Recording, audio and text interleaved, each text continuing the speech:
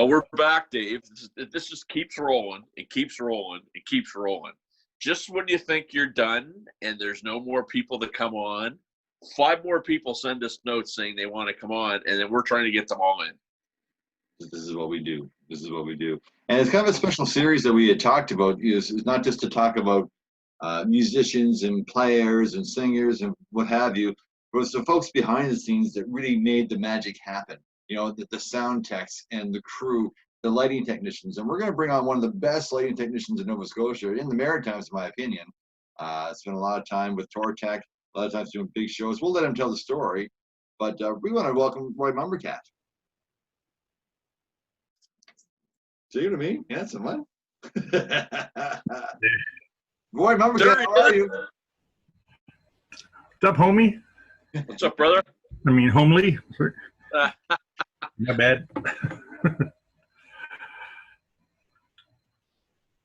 So where do we start with Roy Mombourquette?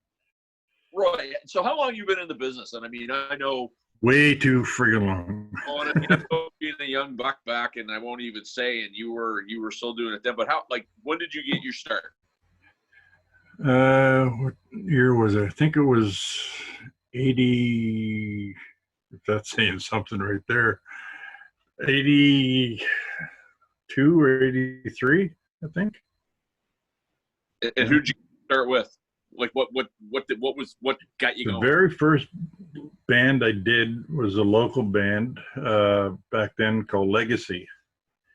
And, you know, I started off originally as I tried to teach myself to play drums, and I was always more interested in lighting of shows.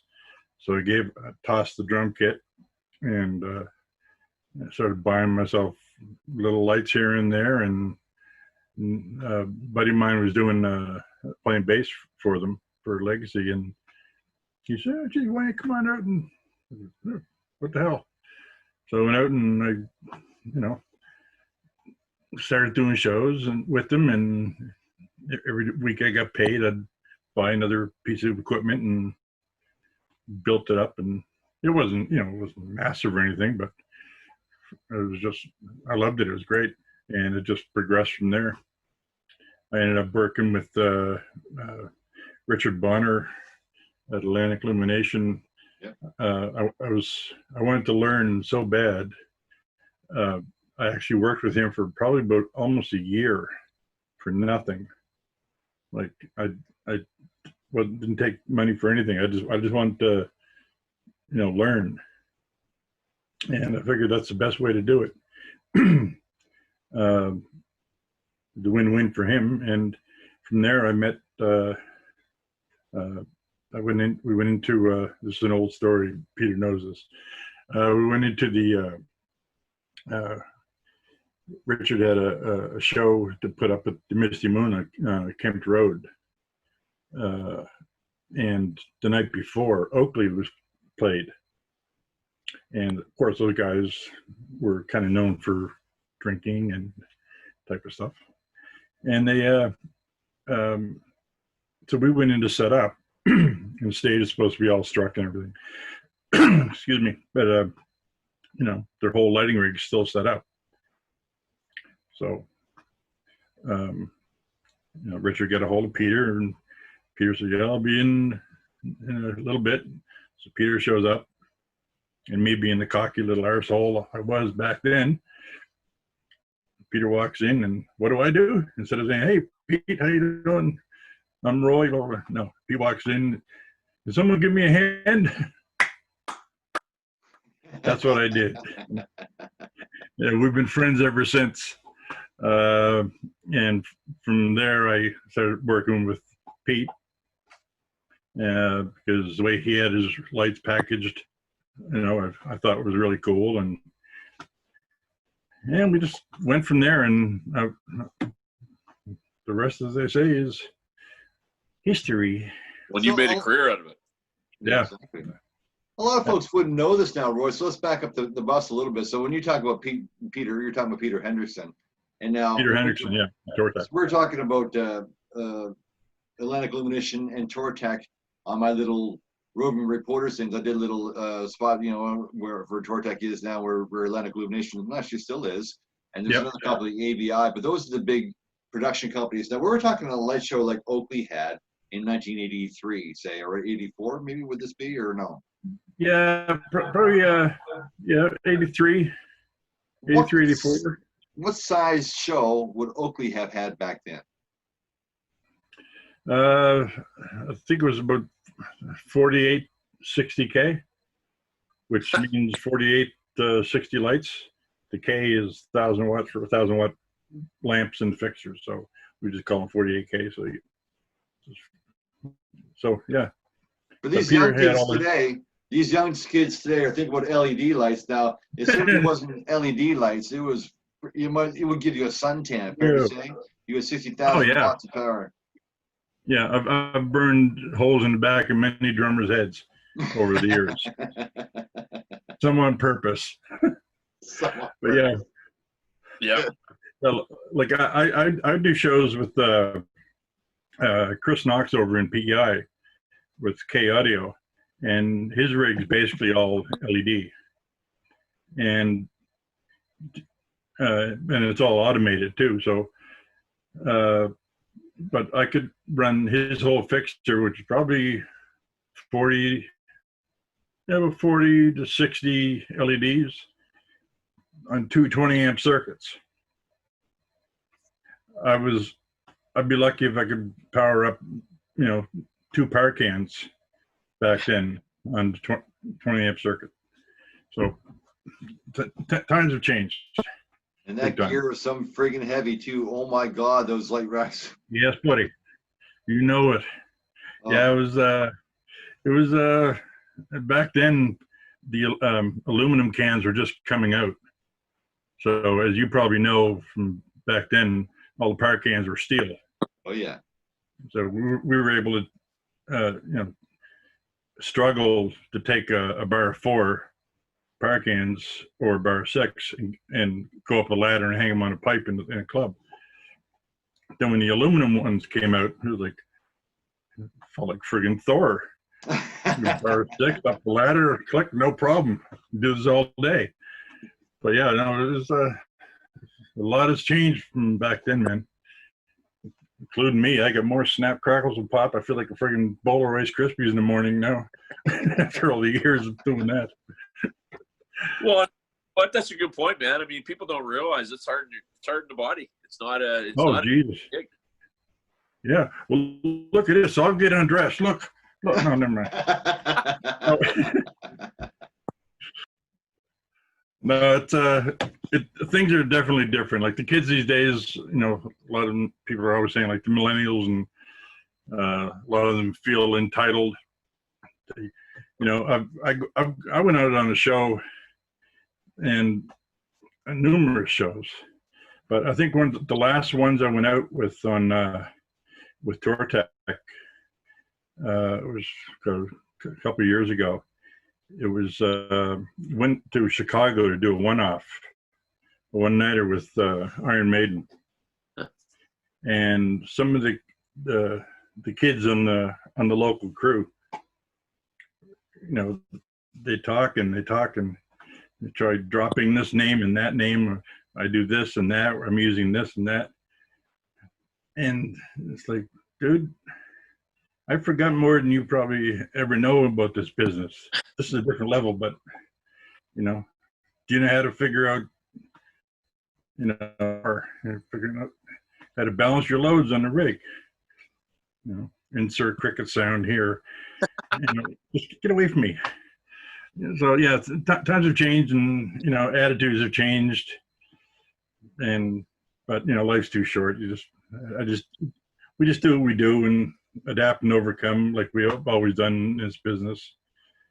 So, but Roy, you would have saw some dirty pile of changes. I mean, from the old steel cans with 1,000 watt, but I mean, oh my God. Oh yeah. Like how heavy each light was, let alone the racks of them, and how many we used to run up, and a lot of times you guys were doing it by yourselves. So from that into the aluminum cans, into the Vari lights, into the computerized stuff, like I said, you would have seen it all through Tortec. Oh yeah. Yeah. And a lot of people don't think about this, but it's so, as you're keeping up with modern technology, you have to learn a lot. Like, I'm trying to figure out how to do home recording and video editing now, and I feel like a fucking idiot. I was like, why can't I learn this shit anymore? You know what I mean? So, are we allowed to curse on this? Oh yeah. It's Oh, fucking A, baby. It's a safe spot for sure. Damn, Skippy. The later the shows are aired, the more you can swear. No, I'm just kidding. But so, you were with Tortec for how long? When I started with Peter, he was he still had gear in his parents' garage. And from there we went to, I think it was under Clancy's. Okay. And from there we went to Lakecrest Drive. I remember that. And from there we went to Thornhill. Yep. And then to the current place that they're at. Yeah, I was with Peter, not since day one, but pretty freaking close. Been through a lot. Dave Roberts told some cool stories, Sean? About Yeah. Henderson. Yeah. Yeah, well, Titan will do that to you. So, Roy, Yeah. you were saying you were down in Chicago when guys were name dropping. I mean, let's rip it out here. I mean, name drop, because I mean, you know, anybody that's been around the scene for a long time obviously knows you, but you know, some of the shows that you had a chance to work, some of the people you work with, and maybe some of your, you know, favorites that you work with over the years. The highlight of my career was back in 91, 92. Because again, when I started out, I was doing the drumming, and I've always loved Rush. Oh yes. Now, if you got anyone that remembers back in the Moon days on Barrington Street, they actually had a laser system come in, and I was like, "This is cool for this place." So I went up and I started chatting the guy up that was running it. Turns out he's the owner of the company out of Montreal. And it was costing them a lot of money to fly down for 2 or 3 weeks to operate this thing, because no one down here knew how to run lasers. So we chatted him up, and he realized after a short little while that I wasn't a total dick. And he asked me if I'd be interested in doing it instead of him flying down all the time and being away from his family. Yeah, I'm here 90% of the time anyway, so why not? So he taught me how to do it, and I ran that for a while and did maintenance on it, cleaned it, and then he gave me a phone call one day. He said, "We're kind of stuck. Would you be up for going on tour?" And I said, "Sure, fuck, sure. Get out of the city for a little while." No, you know, who's it with? He said, Rush. Oh wow. Okay. Yeah, I really had to think about that one hard. So yeah, so I went out on the Roll the Bones tour with those guys for probably about 4 to 6 months, running the lasers, Wow. the laser crew. The most amazing experience I could ever had. Of the highlight. But a lot of the other names that I've worked with, I was Rita McNeil's lighting director for about 6-7 years, and you know, I was a lighting crew chief on probably most of the East Coast Music Awards that were aired on CBC.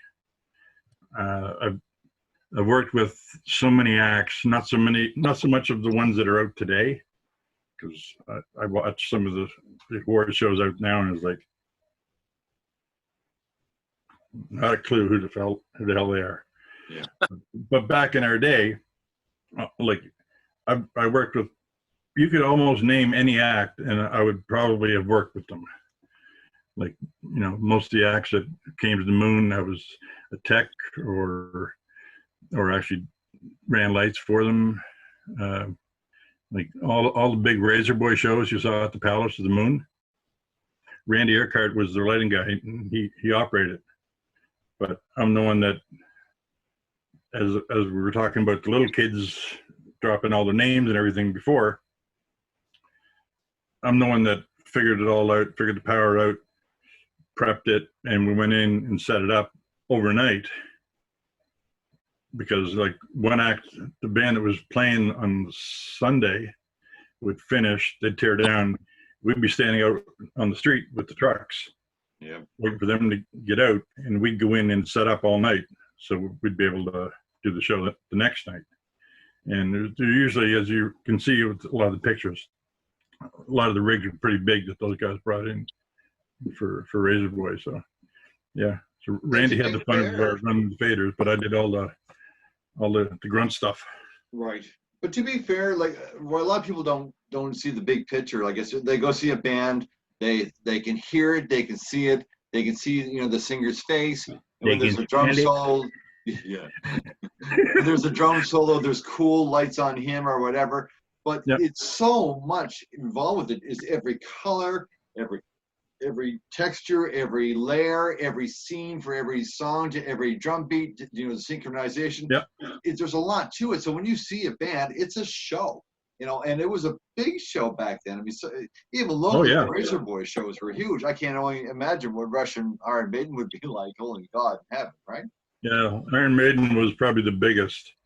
There was 250 moving lights, 96 points, which are motors to lift the whole thing up, and it was a one-off. It wasn't like a tour where you go in every day and you use the same gear. We prepped it as good, but we only had. I was only given 3 or 4 days to put it together, and talking with Maiden's guys afterwards, like when we were there. I asked them, I said, how long did it take you guys to prep this? And of course, they're all British guys. It took us, probably 6 of us, took us about a week and a half, 2 weeks. I said there was 2 of me, and I had 4 fucking days. Are you fucking kidding? This very Spinal Tap came out then. Jesus Christ. But yeah, it was that was probably the biggest show I set up, but it was the longest, hardest day. Me and Evan McDougall went and did that. I dealt with the lighting, and Evan dealt with all the rigging. Wow. So I don't. Everyone was saying, "So what was the show like?" I don't know, man. Oh yeah. Well, it's funny, Roy, because there's an awful lot of guys like yourself that are based out of Halifax. That go all over the world stuff. You're saying you went to Chicago here. That makes you guys sought after out there because you're easy to work with. It's because you know your shit. It's all the I think a lot of it is when in the early days when everything was where we were. I mean, it was a turning point. Like you think about prior to us, the shows weren't really big. Like it was. I mean, they were starting on the big touring circuits. Yes, they were getting big, but in like club scenes, which is all we were doing. 1 or 2 lights out front, maybe. That's all it was. But because Peter and Tortek and Richard and those guys were accumulating so much equipment, we had the opportunity to use it, and we were like teaching ourselves as we went. And like the very first moving light that came down into the Maritimes were old moving mirrors called IntelliBeams. Oh yeah. I was the first one to use those, and it was for a convention with for Kellogg's cereal. They had this big friggin' racetrack set up in the World Trade Center, and these guys were running these motorized cars, like remote control cars, on this racetrack. And I had to follow the cars like in the pattern of the track. And they said, okay, we're going to send down all this equipment and blah, blah, you guys can set it up and blah, blah. And of course, Peter was talking to the guys up in Toronto that are sending it all down. And Peter's like, oh yeah, sure. Yeah, we know how to run that and send it down. Never set my fucking eyes on those things in my life. So of course we get there, set it all up. And it's like, I can't fucking do this. I had to teach myself. And I taught myself that day. We had a day to set it up, and you learn pretty quick. Wow. So, you know, but yeah. So I don't know. Times have changed. Like now, like Dave, like you were asking about or mentioning about the shows where there's so much involved to program. Like I did a one-off for a buddy of mine. For a James Barker band. It was a corporate gig in Athens, Greece. It was just last October. And they sent me like the room that we were playing in. The house lighting guy sent me the plot on a CAD and the show file for the console. Consoles are very well known, everyone uses them, but I hadn't had a chance to use the console before because prior to this I was working with Tortec, but I was management. I was in the office more than I was doing shows. Right. So all the guys were getting to use the console, but I wasn't able to get my hands on them to really figure it out. So I watched YouTube videos on this console, and the show consisted, I think there was like 150 moving lights, and they were bringing me all the way down there to put on a good show for them. So I was like, well, I gotta fucking pull up the old leotards and and make this thing happen. So luckily I have a 3D lighting program called WYSIWYG, and I can connect the lighting console. I can network it into the program, and have the console was on my laptop, and I would program everything like the show on the laptop, which was actually the same software that the console in Athens was using, and I redrew the whole venue, the lighting rig, everything, and I played the songs. I got live versions of the band, and so I knew the arrangements and everything. And I programmed their whole. It was only like an hour and a half set, but it took me about 3 weeks to program it. Isn't that great? It was each song, that, right? Yeah, each song I had probably between 20 and 30 cues. Wow. But the moving lights, they're intelligent lighting, as people call them, but they'll only do what you tell them to do. So I have to tell each light where it's going, what it's doing, how fast it's going to get there, what color it's going to be, blah, blah, blah, blah, blah. But it's more than just that, Roy. It's to create that emotion, to create that feeling. Like, yeah, if you're watching a show like, and I'm going to talk to some of the younger folks that are watching, in our audience or in our group or whatever. If they're watching like a talent show like The Voice or American Idol, and it's the live finales, and you'll see so many different scenes for so many different artists and so many different movements and making you feel and hear something a little different way. That all has to be created. Like every color, every tone of that color, every literal movement of the fader. It's just it's more than just a spotlight on the singer's face. It's so much more to it than that. So it's, I know. Oh yeah, you have to. Yeah, you're painting. Yeah. Like one thing I told someone a long time ago when they were asking, how do you deal with how do you create all this stuff and all that, and I said, you're just part of the show. You're not. Sure, you have a big friggin' lighting rig hanging up there, and you're not the show. People aren't coming to see your lights. They're coming to see the band. Your job is to enhance the look of the band and the music. If they're doing a ballad, they don't, you're not going to use yellow lights or white lights. You have to use something darker, blue, or magenta, so something that's going to paint the look for. And plus, you have to think about the song, what the song is. Like said Roxanne, the Police, turn on the red light. You're not going to turn on fucking greens. you have to, you have to actually check out the lyrics, and it's more than just pushing buttons if you want it to look good.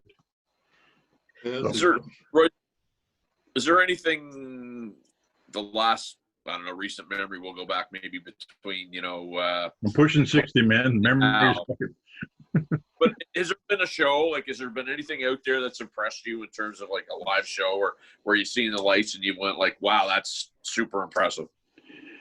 9 Inch Nails has a really good LD. The last thing I saw from them, and actually a buddy of mine who's does lights for One Republic, AJ Penn. I went to see him when he was here at the Metro Center a few years ago. And AJ was actually out with me on Nickelback. I was running the stage left, dimmer beach, and he was running the stage right, dimmer beach. But his is a very accomplished lighting designer as well. But when I went to see him at the Metro Center for a show, we were standing at the console talking, and he had the radio on. And of course, they'd call him and say, okay, AJ, you ready? We're going to go. And we're like, yeah, we're ready. Let's go. And okay, and the guy said, house lights go. The house goes down black. And AJ keeps fucking talking to me. And I was like, dude, you might want to get ready. No, it's fine. I said, place is fucking sold out. And he's just shooting the shit about times when we were doing ECMAs or, just old stories. And it's like, dude, and no sooner I was getting ready to say something, like turned around and fucking faced the console and the band started playing. He was still facing me, and the lights just started to come up on their own. Oh, wow. And I was like, you get this all time coded, don't you? He said, oh yeah, all MIDI controlled. Wow. The band is sending a click track to the lighting console, which is activating time code, because all of his songs, just like I do when I program, his songs are all broken down in a queue, what they call a queue list. And, like the start of the song, first verse, the bridge, guitar solos, everything's broken down in steps. And he has each of those steps all connected with time code and along with the click track.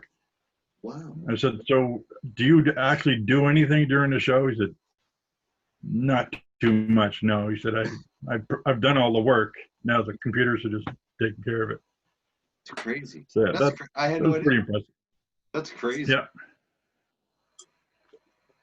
We're down to our last couple of minutes anyhow. Roy, I think Sean and I have kind of learned a lot here. Like, this is part of the experience for us for this show. Like, we didn't know what we were going to do when we first started this website show, but we are getting educated and educated and educated over and over again by industry professionals. And I'm just having a great time. I know Sean is too. Hey man, you guys are doing a fucking great job with this. I'll tell you, Roy, a story about, you mentioned click tracks with lights, where it was a story I learned from, you remember Peeper, Boris? Oh, yeah, I'm talking Boris all the time. So we were doing, in Vegas. We were doing a show at the Moon, and we had a big light show and all that. Anyway, we played, I don't know, 4 nights, and the 5th night they decided to change a ending up on a tune, and he hit the cue, and I didn't hit the cue at the same time. I'm feeling pretty good about myself. He kicks the door in the dressing room at the Moon. What the fuck? I come to see you play drums. They see my fucking, and he just gave it to me. I learned right there. You don't figure around with the light man. And what you're saying about this whole click track thing blows my mind, because you know what? I never really thought about it in that term. Like that's just, thank you for that. No, all good. Like another example for that, with Sean Organ, who's works at Tortec, is also now his ELD for the tattoo. Right.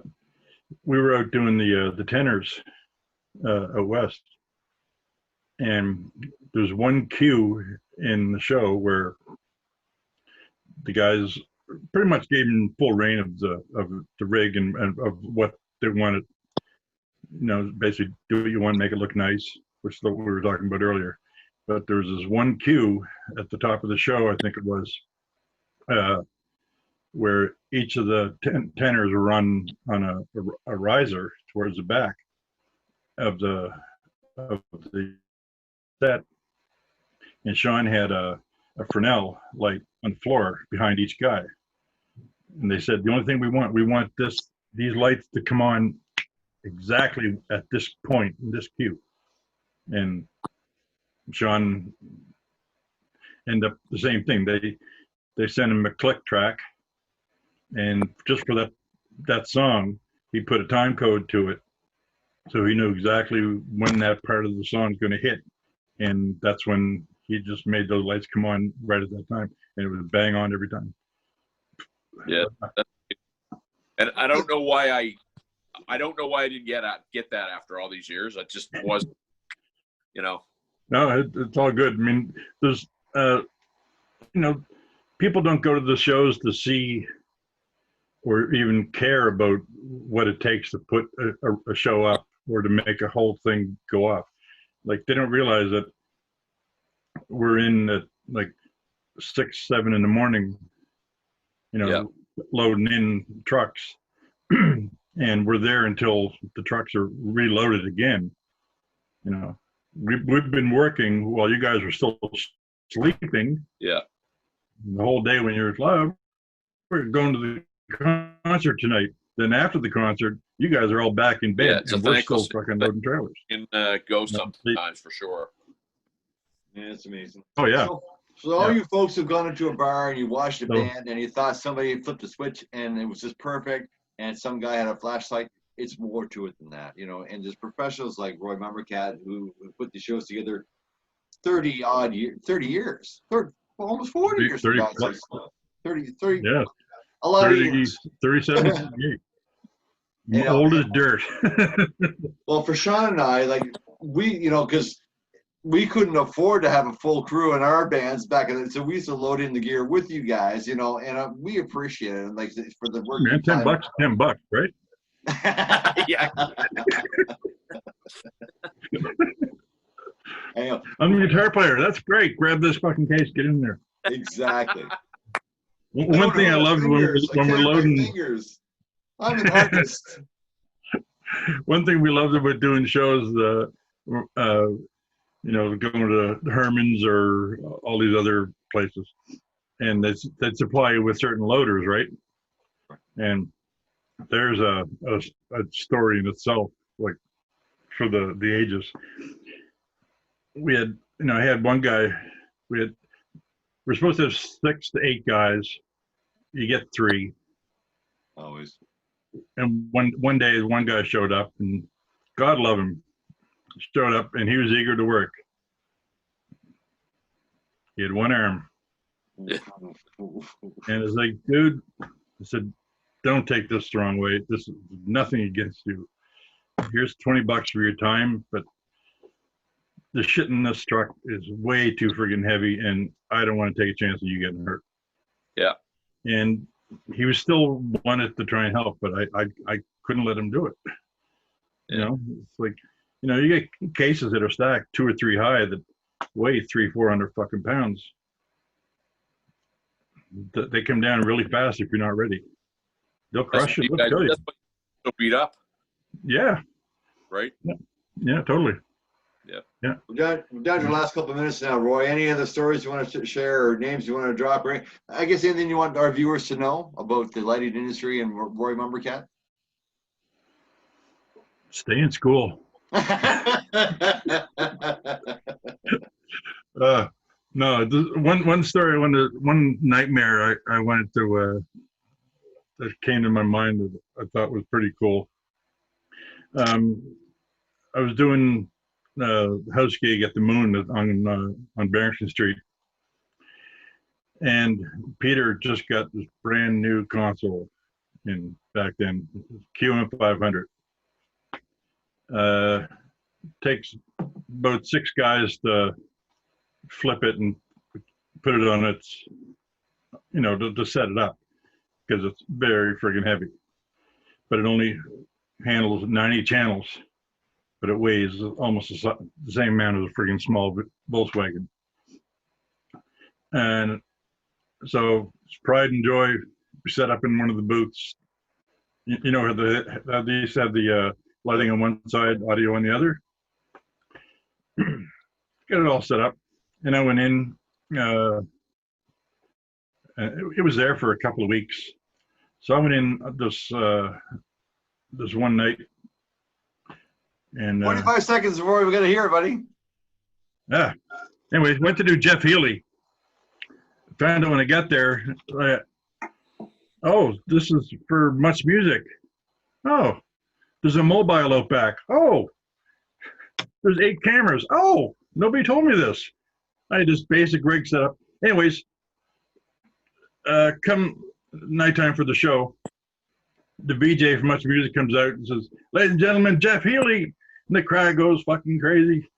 And somebody drops a fucking beer from the balcony or right onto the console.